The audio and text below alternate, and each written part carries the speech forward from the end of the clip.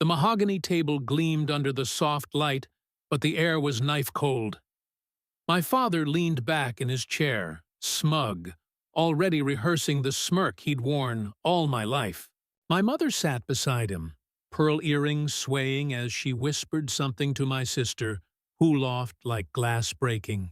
The lawyer's voice was steady, but my pulse drowned him out. Then the words landed. To my grandson's sister, I leave $6.9 million. The room erupted in polite gasps. My sister pressed her hands to her chest, feigning surprise. Though she'd known, she always knew.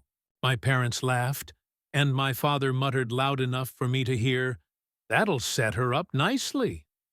Then me named to him, I leave $1. May he earn his own fortune. My mother leaned forward, her lips curling into that smirk I'd memorized since childhood.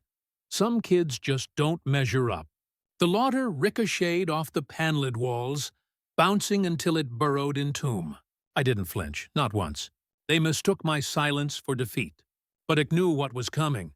I'd grown up being the shadow in their house, the proof of imperfection.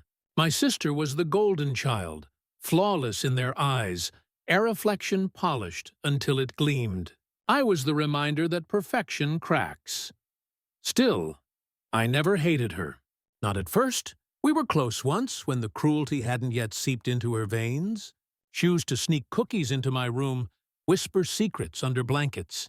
But the older she grew, the more she chose their side. She became their echo, and he became their target.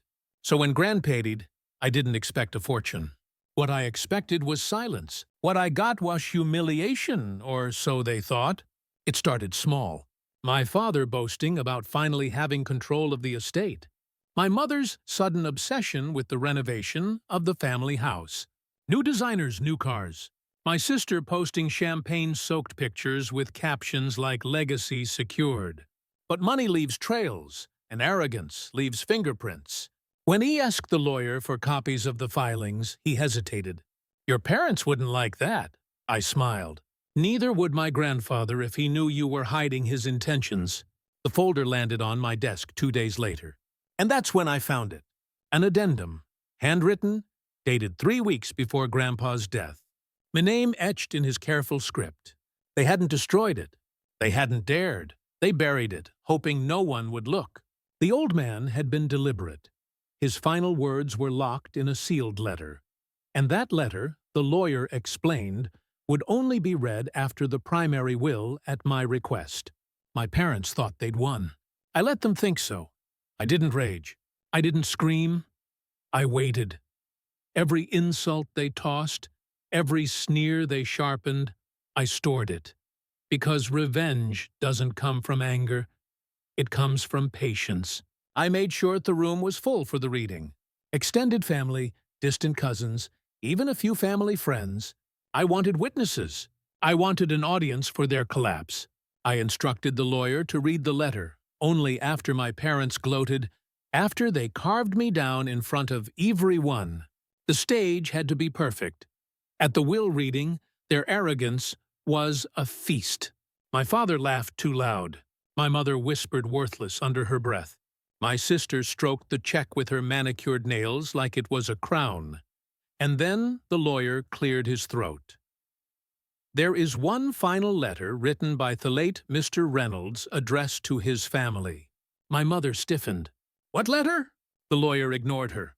He broke the seal. The room leaned in. Grandpa's voice filled the silence through the lawyer's mouth. "To my children, I leave no fortune. You have already taken more than you ever gave.